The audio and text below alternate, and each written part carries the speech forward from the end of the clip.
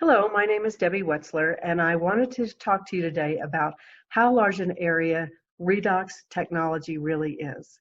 ASEA is growing around the world, and there are still some people who don't realize what a big area of science this really is. The little molecules that we make inside of our body is something that our company has been able to make and stabilize identically outside the human body. But these little molecules are a relatively new area of science because they weren't really able to see these molecules before about 1990.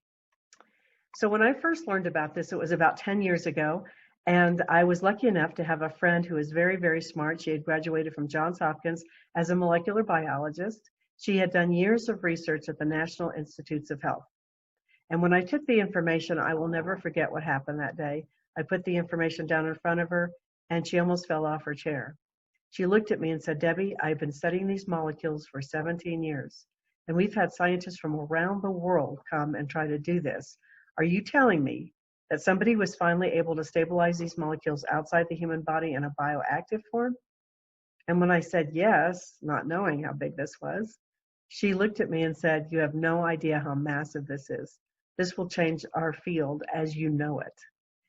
And she went on to pull a textbook right from off of her shelf in front of her computer. And when you opened it, it was all about redox, to my amazement.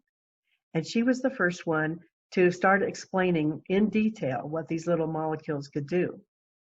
So she first told me that they regulate every major system in the body: the endocrine system, the circulatory system, the nervous system, the lymphatic system, all the systems, because they do this at a cellular level. Because if all the cells in those systems are healthy, then the systems will be healthy, because cells make up tissues that make up organs that make up systems.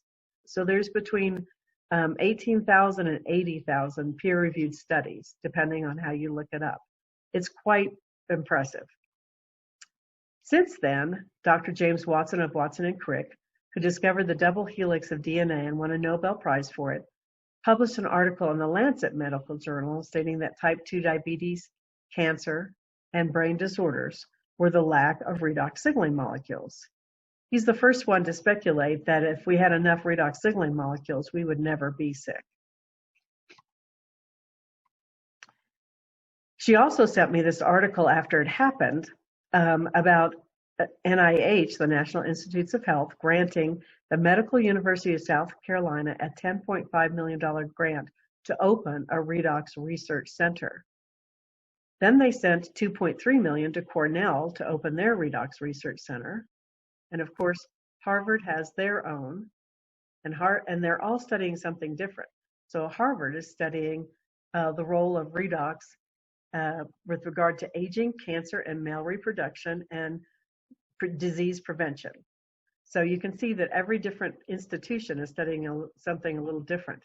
Vanderbilt opened theirs, Wake Forest, Rochester, the University of Colorado here in Boulder, the University of Wisconsin, the University of Nebraska at Lincoln, and several in California.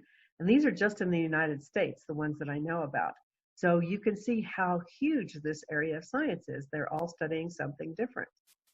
And then just last June, there was a 19th annual Redox Congress in Paris, where doctors from around the world flew in to see what new things was happening with redox signaling molecules.